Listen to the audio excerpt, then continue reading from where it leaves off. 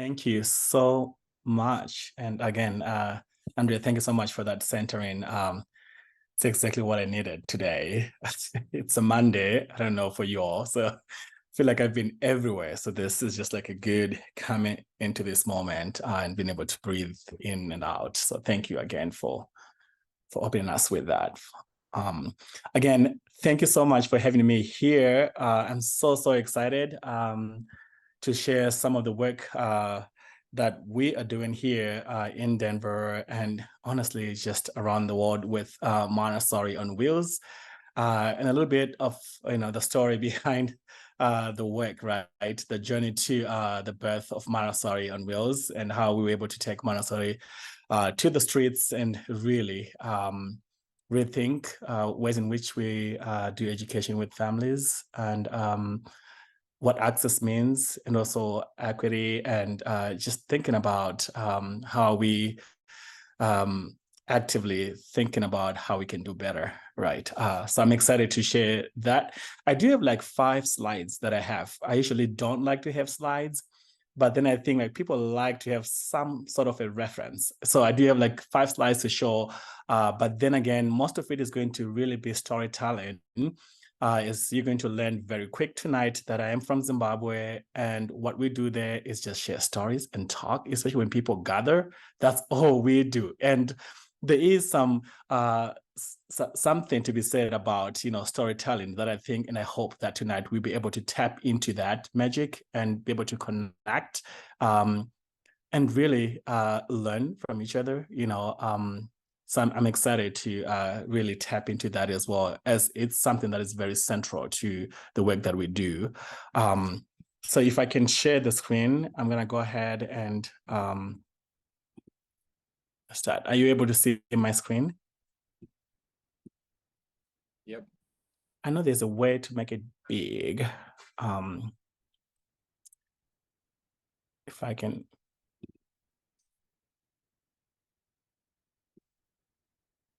No. Yeah. There it is. So this evening, I'm going to really take you on a journey of how we are moving education and how we were able to, and I mean, still trying to move education away from this brick and mortar where it's pretty much exclusive, right? Like I think when we think about school and think about learning, most of our memories are really in schools. For some, it might be really at home, I hope, right? So we've really been thinking about ways in which we can reclaim education to take it back to its ways it has existed before schools came about. As I say it right now, I'm just thinking about the first public school or the first, school outside Boston and 1863 that was really, built to send kids and boys to Harvard. And thinking about how that then shaped the history of American education and all that happened in between, right, up until today. And I'll be sort of like throwing in some of that history as a backdrop to how we understand what we're doing now within a system of education in the United States. So I'm excited to be on that journey with you all on how we actively deconstructing and rebuilding the way in which we can do better with our communities. So the way I think of it is this. This is the framework that I always like to introduce so that we have an understanding of where I'm coming from, where we're all coming from, and hopefully that we can, when we then dialogue, we have an understanding of where the questions, right? So, we have like a 33,000 foot elevation where we see things like really from above, right? And which is amazing to be able to have an understanding of the whole American history, right? Timelines, like I said, from the first public school to Board versus Education, Board versus Brown, to No Child Left Behind, Nation at Risk, to now, right? And then we look at a 14,000 foot elevation where we are really saying, what is happening in Colorado, right? For my experience, because I think most of what I'm going to share is really my experience within the state of Colorado and some of my experiences in Asia, in Zimbabwe. So I do have sort of like that understanding of what education has been and my experience as a teacher within those settings. But with Montessori on Wheels and today, I really want us to really have the 3-foot, elevation. We're seeing things right here where I think for most of you, if you can agree with me, that's where we feel more empowered that we are doing a change. We are really doing something to move the needle here. And I think that's where we are right here, right now. As I said, when I'm thinking of like the way we're taking education one bus at a time, that we are really at a infant toddler level where we see education, where we've seen how we engage parents and how we're deconstructing Montessori education and really making sure that everybody has access to this learning that, if I can argue, is something that is, culturally something that, if any, indigenous folk could share, that this is something that they know about how children learn and how children learn best. So that's sort of like a framework that I'll be taking today. There could be some reference into how we sort of like we're dreaming about this thing from that 33,000 foot elevation to how right now how we're like doing work as it is today in Denver. And this is where my motivation really comes from. I love this quote from Christopher Emden. He writes a lot about something not very typical, right? I think if I think of anyone that I really want to learn from about what else can we do that's different, right? How can we really do something that people think it's, it's hard to do? He writes a lot about rethinking about education for Black students and Black families, really with the understanding of who they are as humans, as a culture, and how they learn. And I love these words. And I usually like to invite people to share their voices so that we can hear yours voice as well. So if there's anyone who would like to read for us, what's on the screen? Yeah, I can. I'll jump in. Okay. I don't care. You go. Okay. Education without activating the imagination is preparation for a life without meaning. There is no learning that sticks that doesn't make you think. And hip hop ed. I thought I would hear some amen, but I guess you all did say that in your heart, right? And I say this to say that with this, it really speaks to the way in which we think about what we have to do as educators, right? We talk so much about this for kids, the hope that we have that when we have them in our learning settings, in our environments, that we are really sustaining that love of learning, right? So we talk so much about how we feel so much fulfilled. We are really activated in helping the future generation, right? But one thing that I really think about this quote when I think about my story, which I'm going to share soon, is this idea that I really want us to shift from, or maybe have it said both in our experiences in education, that as educators, as teachers, you also have the potential.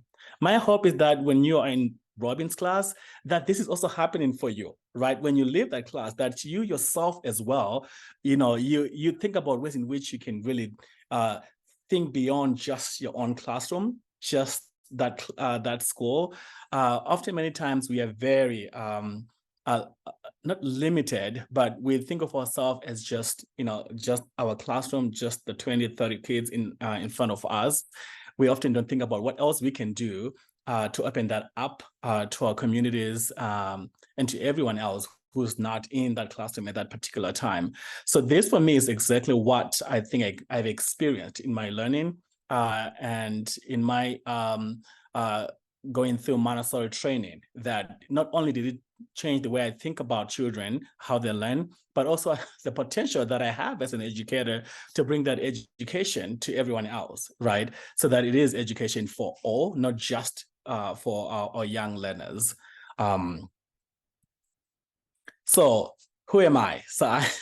My name is Tatenda Blessing Muchiriri. I'm from Zimbabwe. I was born in Zimbabwe, grew up there, went to school, grade 1 to grade 7, then went to secondary school, then went to A-level. We kind of have like a British system happening there. So that's why it might be different with how you think of lower elementary, upper elementary, middle school, high school. And so after high school, after A-level, I then went to university there. And then I then had a chance to go to Beijing for a film festival because I was doing theater arts as a major in college. So I had dreams of being on Broadway, on TV, and, to be young and those dreams. So I really come from a big family. We are 5 boys. Yes. Bless my mom. So yeah, and I'm the last of 5. But I don't remember the time we were only 5. All my memories is just our house was just so many people at all the time, right? It almost felt like a bus stop, literally, in the city. Everybody who came through Harare, the city where I was born from, like would pass through our house, aunts, uncles, nephews, niece, everybody, you name it. So whenever I think about my family, I really think of that picture that has everybody. This was taken in 2021 when I went back home. And just like, again, at home and everybody there, right? This was just after dinner. So I just love the idea that I come from a family that just has so many people within that setting. As I think of stories that I hear, not just one story, but all the stories that then shape who I am and the way that I see the world and the way that I take that back into my my classroom, is just amazing. I think I have that sense of pride with that background, that I do have a lot of exposure to ways in which people experience life and how they see life and how they've learned through my brothers, my uncles, my aunts, and my neighbors, and everyone else. And I'm also a teacher. I love working with young kids, especially the little of the littles. I do find it very fulfilling in a different way, not that I'm just doing work to serve the children, but also what that then offers me as a way of thinking about learning, right? And I want to keep saying learning because I have a different understanding of learning and education, right? Because I think education is very more in the systems, right? But learning is very natural, right? The way in which we just want to make sense of the world around us. So I love working with the little ones. I have in my Montessori training from birth to 6 through the American Montessori Society here in Denver. And I also have a nonprofit called Montessori on Wheels. I'm the chief dreamer there. And I say chief dreamer because I think it took a village to really come up with this program, though I might have been the one who sort of dreamt of this idea, right? But then the design process itself was really a community-oriented, which really brought a lot of people in it to really think about how can we really do this? What is this going to look like when it's in action and when we are really flipping, the ways in which we do education. And this is our lovely bus inside. I'm not in the bus right now. I know my background looks like I'm in the bus, but this is what it looks like if you ever get a chance to come to Denver to see the bus. My last slide. And I love this quote. If anyone can volunteer to share their voice with us, I would really love for you all to read this with us. I'll go ahead and read it. It says, every great dream begins with a dreamer. Always remember, you have within you the strength, the patience, and the passion to reach for the stars to change the world. Harriet Tubman. Yes. So I want this to be sort of like an anchor tonight as we dialogue, to really think of yourself as part of this, right? That we have it within ourselves to change the world in ways in which we think it needs to be, right? Often many times we go through the system of education being taught we are not enough, or really doubting ourselves, right? It could be some of us who became teachers because we really want to prove a point, right? Hopefully not. But I want us to tap into the idea that we have within us the strength, the passions, and the passion to reach for the stars. The work of Montessori and Wills here in Denver, especially in our first year, it really felt like we were really trying to reach for the stars, which was so good. And I'm going to share a little bit more of that and how we were able to move away from reaching for the stars to like, okay, fine, now we have the momentum. We have people in this really bought into this idea of the magic school bus. Now what, right? But it really started with that dream idea of what can we do better and where was the gap? So thank you. So those were the slides. Now the story, so I can see everyone. So the story really starts in 2008, soon after the Olympics, when I went to Beijing.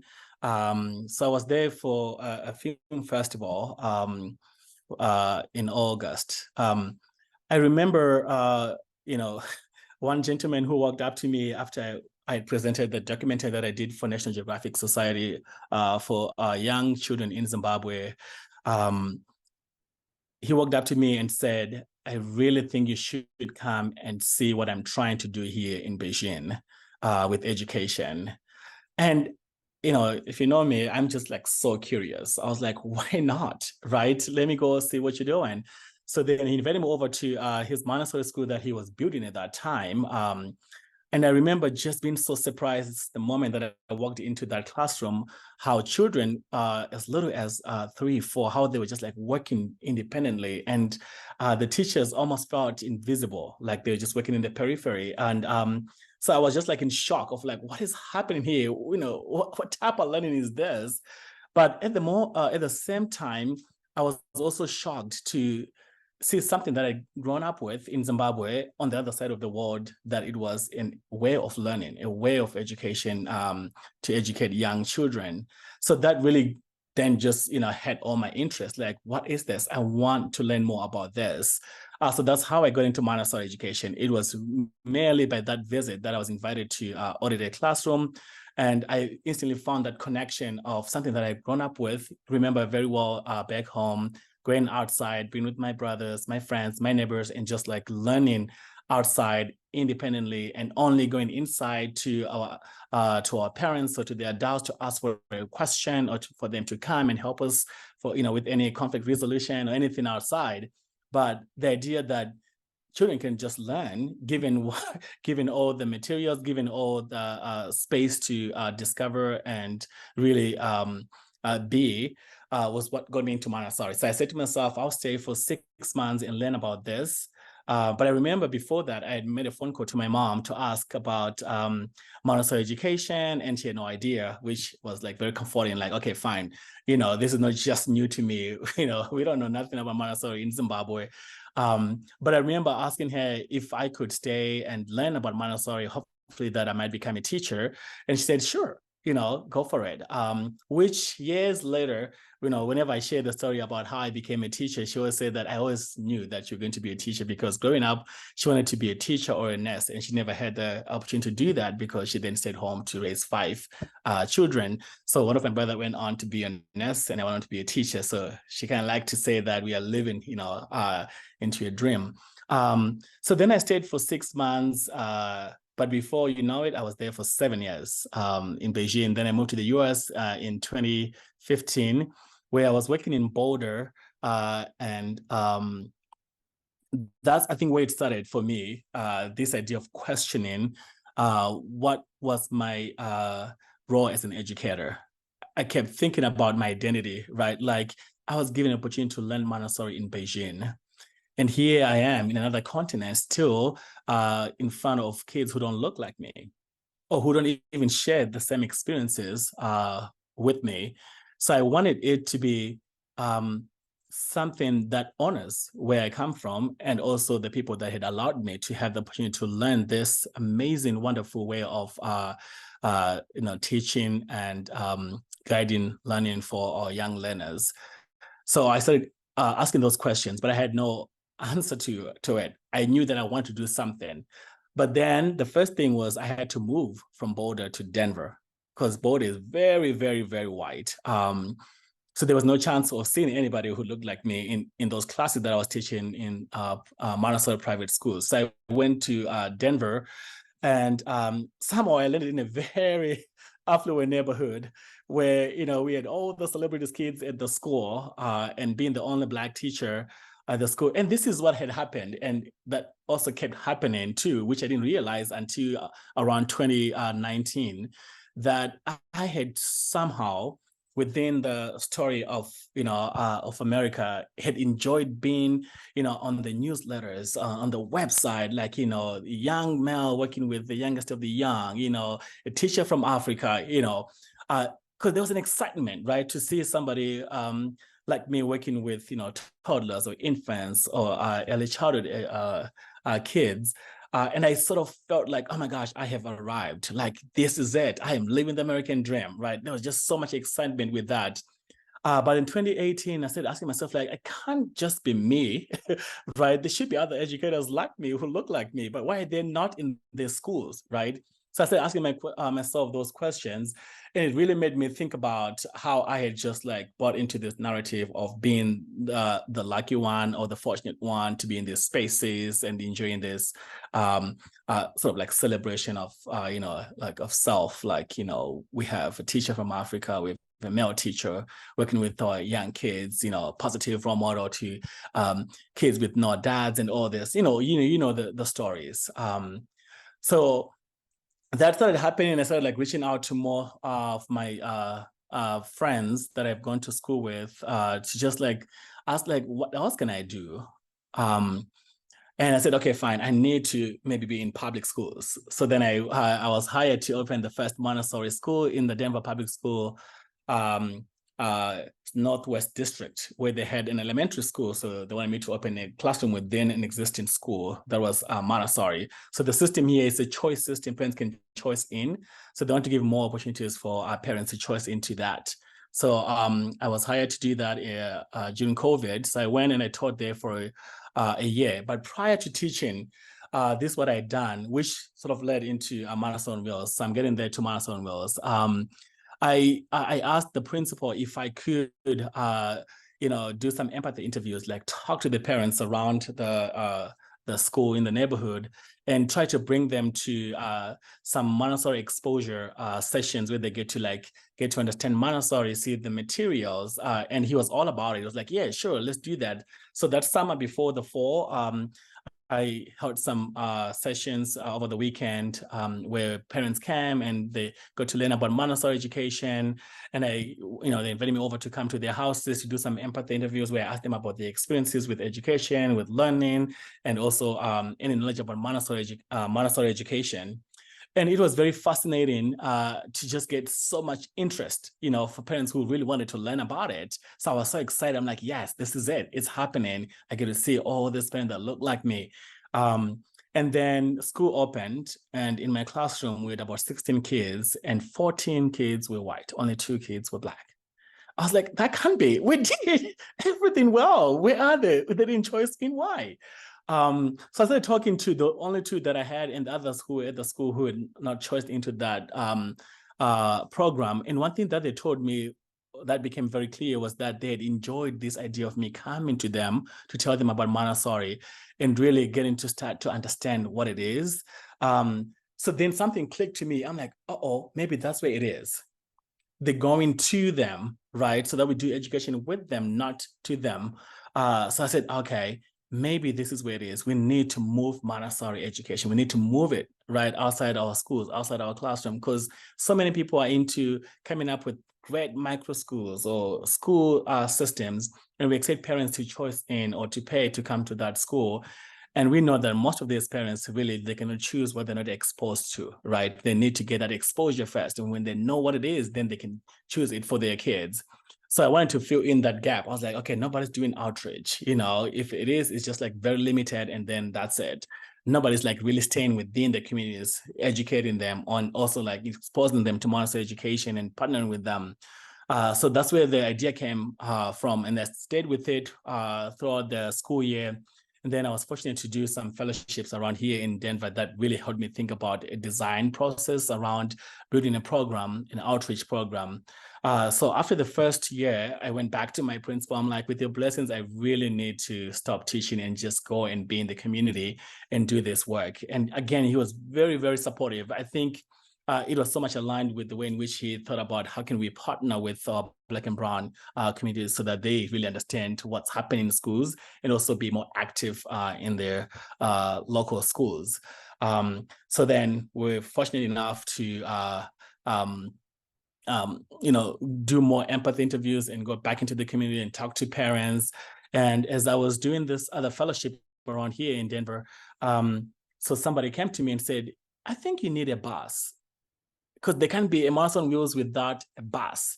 I'm like, oh, okay, I guess so, right? Because initially I was just thinking about how can we move education? How can we really take this into the communities, into their churches where they really exist with so much power so that we can gather there and talk about education and bring Montessori to them and get an understanding and buy-in, and hopefully that they appreciate it to then go back into public schools and choose it for their own children. So we got the bus. So it was amazing to get the bus and to start thinking about how we can make the bus more into a mobile classroom, but also thinking about we don't really want a classroom, because again, the idea is not to have a classroom on wheels, but how can we create an environment where when they get in, they're able to see their community as a learning space where they're able to dream, play, and explore Montessori education, because we didn't want it to be like a classroom or a school where they get to spend more than 6 hours on the bus. But what happened is, as we had the bus and as we're taking the bus into the communities, one thing that I learned very quick, again, not being from here, was the history of busing, that it happened, during, desegregation, integration, that most parents had a very, very not pleasant experience with school buses, right? Because it took them away from their communities into other communities for education, for better school and quality education. So seeing a bus coming to them was something that was so exciting, that you are changing the narrative. We remember these buses coming to take us away, but you bringing it to us, it means a lot to just like rethink what buses or what school buses experience could be for our kids, right? So it made me go back and learn more about busing in Denver, and having to engage parents in those conversations, like what happened and how can we, use our buses exist within communities to either heal from that experience for them, because most of them were bringing their grandkids to the bus. Excited. I remember the first time we had the bus out in the community, we had this old couple that were just on their walk. They walked on the bus and they're just like, oh my gosh, what a cultural hibiscus, right? That was their first initial experience as they walked onto the bus. They were just like in awe of the environment. And then they shared more about just like this idea of bringing education into their communities. So the bus then became really something that was very near and dear to our program, that it is not just a bus, right? It's very symbolical in many ways in which it exists within communities and those that come into contact with it. So we really saw our space as what needs to happen in education could be healing, right? A space where parents who are bringing their kids could heal so that they can then learn more about Montessori and hopefully learn how their children learn, that they can be better advocates for them in their local schools. So the bus really then became a blessing in that way. So we really welcomed the bus, like, okay, now we have a bus, at least we can be mobile and have a setup for Montessori materials on the bus. And as we were in our first year of operations in 2022, there was just so much momentum, right? We had more than 1,000 people that came through the bus in our first quarter of just being with the bus in the communities. And one thing that was very interesting for me is like every kid who came on the bus, even some young parents, they were talking about Mrs. Frizzle, they were talking about the Magic School Bus, and I had no context, right? Being from Zimbabwe, I didn't have an idea. I remember one kid who came, is like, okay, where's the magic door here? I'm like, I felt like he was just like being a kid. I'm like, you know what, right there's the magic door, but he really wanted to see the magic door or something, right, from Mrs. Frizzle. But it also then gave us an understanding of that there's something about the bus in America. It is very nostalgic, right? Like people remember Mrs. Frizzle. They remember how, they were able to like really learn about science and get into science and all that kind of stuff. So there was something about the bus that was very nostalgic to most Americans who came through the bus, that they remembered, on the television, that they grew up with this, right? And it made us think about, in education, we should have something that people can make connections with, right? Most of our kids don't really learn, because when they come into our classes, it could be that this is the first time they're coming into contact with that concept. But what happens if something is not strange to them, something's not new to them, if they have like familiarity with, what they learn in schools, they're able to learn better and thrive, right? Because there is that remembering of, oh, I remember this. I remember when I was on the bus, in my community, at our church, at our library, that we learned about this application. We learned about sounding our letters, all that kind of stuff. So we really then tapped into this thinking of education as remembering, which I think, as I look back into how I came into Montessori for me in Beijing in 2008, I was able to make that connection that I remember growing up in Zimbabwe, being outside, climbing trees, learning from my brothers, learning with my friends. There was that remembering that happened for me to make a connection with it and then get into Montessori education. So we then really were thinking actively with parents and community members, like how can we really also have a space where we can remember what learning was, when parents learned something easy, what made that really fun to learn, right? And how can we bring some of that into our learning spaces? So it became like an ideation, an iteration, and a design space on the bus with local communities, which is something that we love doing all the time, which again, like I said, it then tapped into the power of storytelling. Then we invited all the parents, we invited all the community members to come and talk to us and share with us their experiences with learning. Just learning anything, not even in schools, but just outside, like a moment when they learned something really that was easy, or something that was really hard, and what made it, possible for them to be able to complete that task or that learning, which then we were able to then pull, like, what scenarios and what situations and what help was there that we can also have for our young learners on the bus. So in the first year of the bus, we were like learning with the community. We were like being able to think of our existence at the backdrop of education in America, like what happened, right? And what has happened in our communities, and how are they coming to the bus, so that we're just not assuming that Montessori is amazing, it's awesome. Like once they walk in, they're going to be glued to the materials, but also really being able to honor the experiences that they bring, the question that they bring. So the way we think of ourselves here at Montessori Wheels is that we are not a classroom, right? We really enjoy when parents are able to walk in and they're able to touch the materials and explore.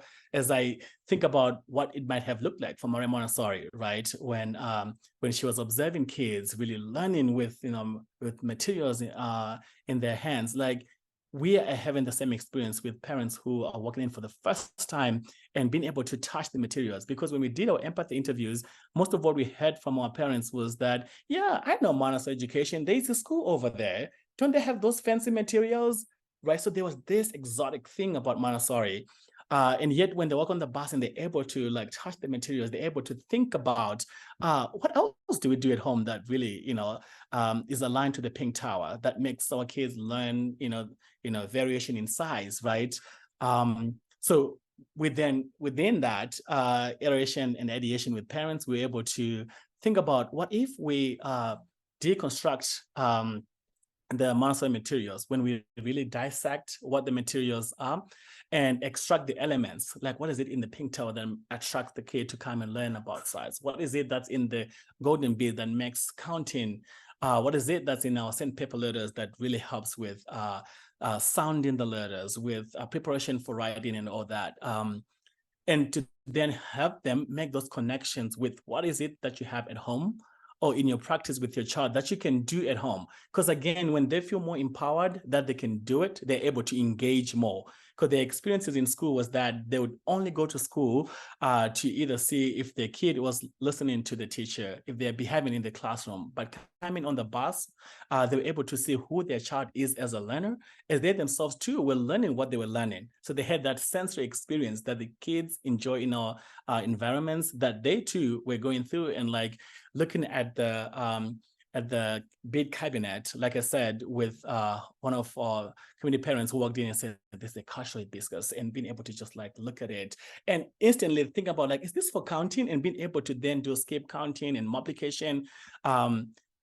Then that translated into like, oh, how can I help my child? How can I also be part and active in this learning? So it became a program within, a program on our bus. So with Montessori rules, we are really interested in what it means to partner with parents, what it means to honor parents as the child first teacher and forever teacher, knowing that if they're fully invested, which they always are, right? That then learning is fun for kids when they know like, oh, these adults are very interested in our learning. I know you all remember a time when you had to walk to school, right? And you remember how you walked and you greeted your neighbor, you stopped at that little shop down the street as you walked to school. There was just this feeling of safety and like connection with everything in between. So learning was not only exclusive to the classroom, right? It was also what happened in between as you went to school, as you went back home. So we are really trying to somehow bring that back for our kids, that learning is in your community. When you walk on the bus, when they look outside, we want them to see the richness in their community, that they have all that they need here to be able to be prepared to go back to school with, that curiosity, with that confidence to learn and excitement to learn. One of our favorite things that we always want to challenge parents on the bus is that, what if you are the parent who writes that email before you receive an email from your teacher that, I am Tatenda's mom, I am Tatenda's dad, I know my child, this is who Tatenda is as a learner. Because, you always wait for that teacher to introduce themselves, like, hey, my name is Mrs. Green, I'm going to be your child's teacher, all that kind of stuff, right? But what if parents have to send the same letter, explaining who their child is as a learner, knowing that I've had experience with my child, I know how they love to learn, I know how they want to be challenged, and really fostering that healthy partnership with parents that then increases engagement. That really is something that we don't often see in many schools. I'm gonna like really stop there so that I don't feel like I'm just talking, and invite more questions, because I think more questions would then invite more clarity on some of the stuff that I didn't share and some of the ways in which we work. Yeah, that was awesome. I definitely have a million questions. But I guess I'm curious about these empathy interviews that you're doing and what those look like. I'm also curious what maybe like a schedule would look like of how you're visiting the communities, or how you decide what communities visit, or how long you're there, or kind of the daily motions maybe. Yeah. Right there. Yeah. Thanks. Thank you. So with the first question, with the empathy interviews, they are 20 to 30 minutes long. So we invite parents to what we call listening sessions, where we are just listening, right? So we have questions where we, again, for example, we ask them to remember a time when they had to learn something new. Then, they tell us, and what made that learning easy, what made that learning difficult, right? Because we are just trying to understand how they've learned, right? And how they think about learning. And we just like listening. So we do have we do record those. So we ask for permission to record, so that as a team, we're a team of 4. I also didn't explain that we're a team of 4, so we're a very small team. We then sit and then we collectively listen and then sort of look at themes, so that we have more like responsive ways in which we engage in the communities that we are really meeting their needs, not so much of what we think is best, right? So we did that, and we talked to, I think we had almost more than like 30 empathy interviews we did. And actually, we starting empathy interviews next week again for our second iteration. Like, we've been in the community for almost a year and a half now. So we want to learn more, right? As we are thinking about the second bus. We're getting a second bus this week. So we're thinking of a second bus next spring.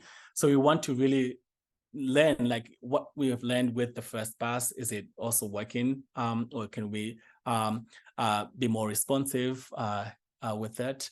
And these are just like random. So we think about any adult, those with kids or without kids, or those who might have taken care of kids, just share their learning and their experience with schools, and also their hopes and desires for their kids.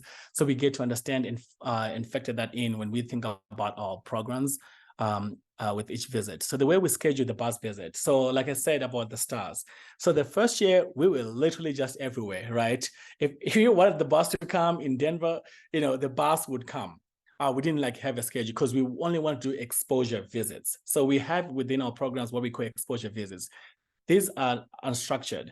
We're just there to expose you to Montessori education and get you on the bus, touch the materials, ask questions, be curious with us. And we also get to gauge the interest and also the question that parents ask, and also like what kids gravitate towards more on the bus. So the bus has all the Montessori materials from sensorial, math, language, science. It's a long bus. It's like 44 foot long. So it is without seats. I don't know if you can like look at it. It can really like look a perfect classroom when it's all set, right?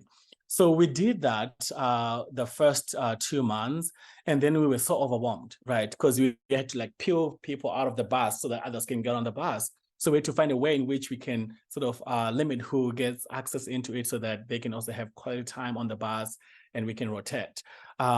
So we had one school that had wanted us to come and do like an enrichment program for 15 weeks. So we went there every Monday for the whole first half of the school.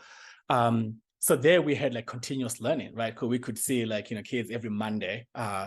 And one thing we learned with that program real quick was that which they actually wanted more this year, that they didn't have any kid who missed school on that Monday. Every kid came to school on that Monday because the school bus, the magic school bus was coming, the Montessori bus was coming. So they were like, oh, this is good for attendance. So please bring your bus.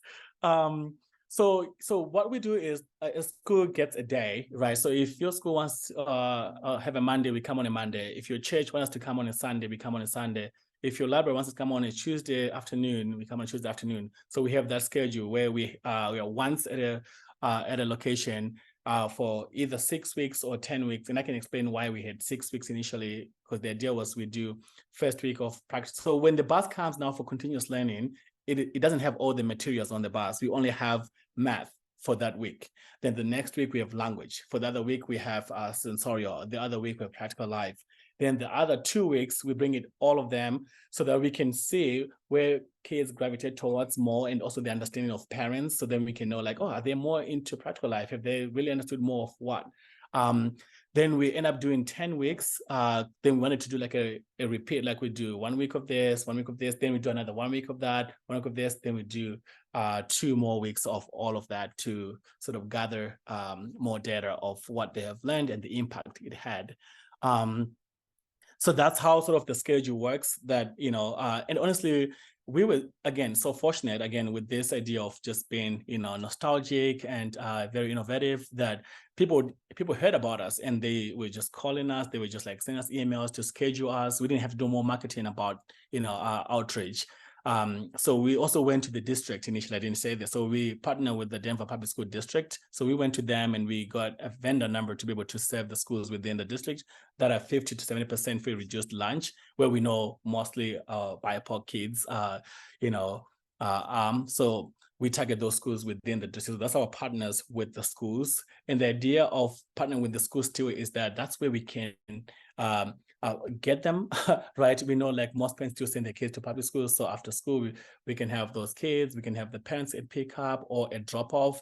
And one thing that you might be saying to know too is that we don't only have kids on the bus, we also have kids and the parents on the bus, because the idea is for them to learn together so that they know how they can support them at home. We don't want it to be exclusive on the bus. Again, we want them to just be have this insight into learning can happen anywhere. If it can happen on this bus, it can happen in the grocery store, it can happen in grandma's house, it can happen in church. So we try to not limit the learning here. So we also even have like extension to our bus where we have like an outdoor classroom, or where we park at a park where they're playing soccer, so that we give them an idea of like wherever you are, learning can happen there. The bus becomes more like a mascot. So yeah. What is the age range of the students Thank that you. you are approaching with the project? And do you have any plans to reach out to older students if you're teaching very young students? Yes. So yeah, so we work with 3 to 5th grade students. So we have like ECE, kinder, and lower elementary. And we do have plans to launch a middle school, high school program, hopefully, especially with the second bus. And the reason why we said with ECE was just the foundation. We do have toddlers that participate, but they don't come on the bus. So we have parents who can take materials out of the bus and sort of like shuffle them, sort of like a library, right? But we really focus more with ECE and lower elementary. We do have plans to do upper grades. On our team, we have 2 teachers who are trained from elementary to adolescent, and one who's also a public school trained teacher in elementary and middle school. So we have potential to expand to that program. Though in a way, we're still like grappling with the idea of scaling. Like, what does it mean? Do we have to have a fleet of buses, or do we have to have a small program that others can learn and be able to do in their own communities, so that we are not managing 100 buses? So we plan to remain very small, but with a very tight program that people can also replicate or sort of fine tune to their communities. May I ask, can you talk about funding? How is this being funded? Yes. Thank you. So it's a nonprofit. So we have a lot of philanthropic money. So we have grants that we receive. We're fortunate to be in Denver, where apparently Denver has so many nonprofits, right? That fund education. They're just so excited about ways in which, you know, learning is happening outside schools. So we have a lot of local funders that really excited about our work. And we also have state funding. We were fortunate, again, you know, to exist at that time of COVID with so much stimulus money. So we were able to get some money to do this program. And in Denver, we have what we call a Family Friends Neighborhood Initiative, where they really also value, you know, kids who are being homeschooled in their own home, right? Informally, like, you know, with their grandparents, with a friend, with the neighbors. So there's some money that's allocated for those programs, and our program really fits into that initiative as well. And there's yes, so state, then schools. So schools, they have funding from the district for parent engagement. So they pay for us to come for those 6 weeks, 10 weeks, or throughout the school year. And we also work with PTAs. So they fund like, oh, we have this budget. We want all the families within our school catchment area to access the bus. So we have PTA funding too that comes through for our program. So PTA, the district, schools, the state, and grants and foundations. I don't have my sound on. Yeah, okay. I'm thinking one of your big issues right at the beginning was that you weren't seeing BIPOC kids in the school system. So is there a way to measure or track what you're doing in terms of, are there more families from Denver's big, and there's probably a lot of different communities that you're working with. A way to track that if they really like what you're doing, that they might enroll their child in a more permanent school, because a long-term community is important for learning. But what you're doing is so fabulous at going out to the communities. But are families starting to say, hey, we want more education like this, who weren't asking those questions before? Yes. Yeah. So yes. So we have seen so many parents ask, right? Like, where in the district can I find a Montessori program? And at first we were very hesitant to recommend, a school, because again, I think our experience was just that we need them to have their own experience with a school, because again, you don't want to recommend them to a school and then not have the same experience that they had on the bus. But we had so many parents who were asking about, where in the district can I, find a Montessori school for my kid, which made us think about if we can partner with us. So in Denver, in DPS, in Denver Public School District, they last year they did create a new position for a Montessori director who manages all the Montessori public schools. So we're able to partner with them so that we can start thinking about if we can recommend parents to learn more about the offerings within the district so that they can go and get the access. Because I think what was happening too was the choice system itself is so hard for most BIPOC parents to navigate, right? Like how to choice in. So it was also like the schools have to do better in preparing parents for choosing into a Montessori school or in the, this charter school innovation zone. So we're thinking of ways in which we can track that. We do have interest from, we've had 2 colleges that have sort of approached us to do like a case study and write it so that it's more like credible.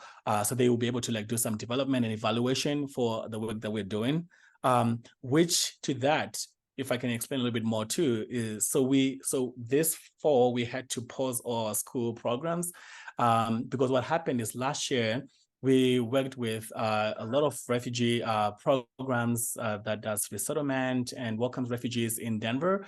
And they liked it so much that this year they invited us to come and open a Montessori program within their refugee center here in Denver, which was like hands-on deck, right? So we had to pause most of our school visits and only maintained 2 in like vulnerable communities where we still have programs so that we can help them set up like a Montessori classroom. And I think you can read that on our website, that partnership with the Village Institute, where we are training teachers and parents with the Montessori approach, which again made us think about Montessori training is very expensive and very not easily accessible, right? So we were thinking about, can there be a pipeline where they get more exposure, some training as they really get into it, then there's an investment to pay $10,000 or $12,000 to send someone to get a credential over the summer at a training school. So we've started seeing that impact already, where now we have people who are asking us to come and set up something within their community that can exist there, because the idea of waiting for a bus to come another Monday, it does have just quick touch points when they really want this more. And, the same thing could be said with our work in Zimbabwe, with our work in Kenya, and our work in South Africa, where they invite us to come and do this, what we're doing here as well. But to your point, yes, we are thinking about ways how we can track it, how we can measure it. It's about capacity. And we hoping that these graduate students who are doing a PhD will be able to help us with that and set up that system for us. Because initially we didn't intend to have that impact. It came through our existence. Our impact was just we want more people to know about Montessori. We want to evangelize Montessori. We didn't know through that, there's going to be all this that came through with that. Any plans to offer internships to graduate students in education and holistic education? Yes. Definitely. Because again, like I said, we're growing so big so fast, which is very, very that is, as a team, we're like, what is happening? Because we did not plan it like that. We were just like, oh my gosh, we have 1 bus. We're even dreaming of a second bus in our 5th year when we did our strategic plan. But then we have funders who came and said we want you to have another bus. You need another bus, right?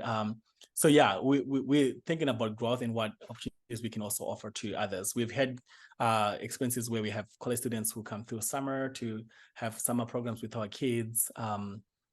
And our families. We actually have a program next year where we have another PhD student who's going to do sessions with our parents throughout the late of the winter and spring. Yeah.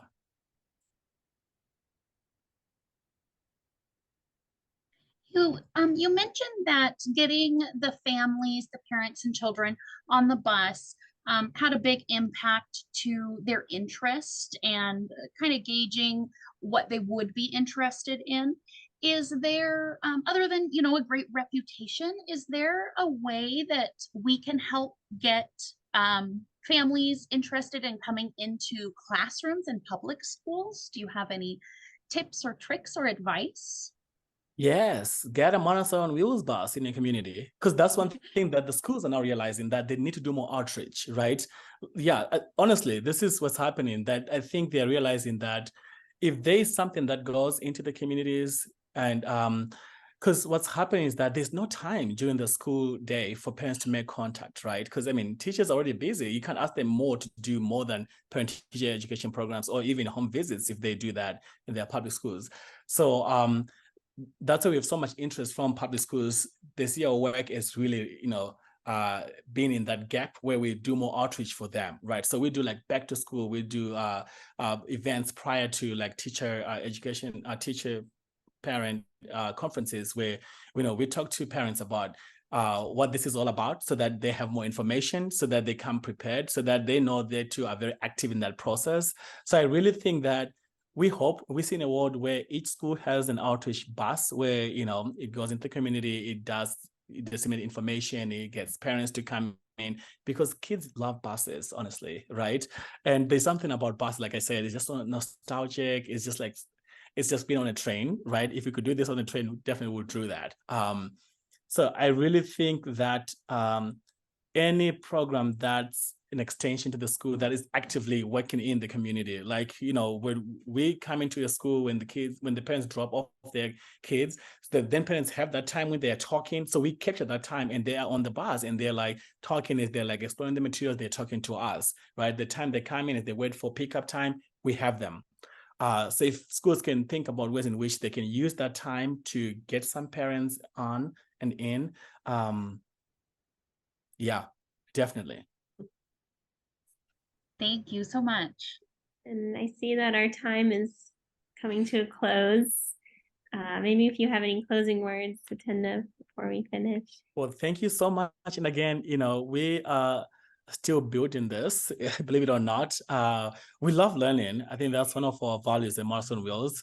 So if anybody has an idea, because again, I think we want to think broadly about moving education, not just about on wheels, right? Ways in which we are all moving education, or we can do better.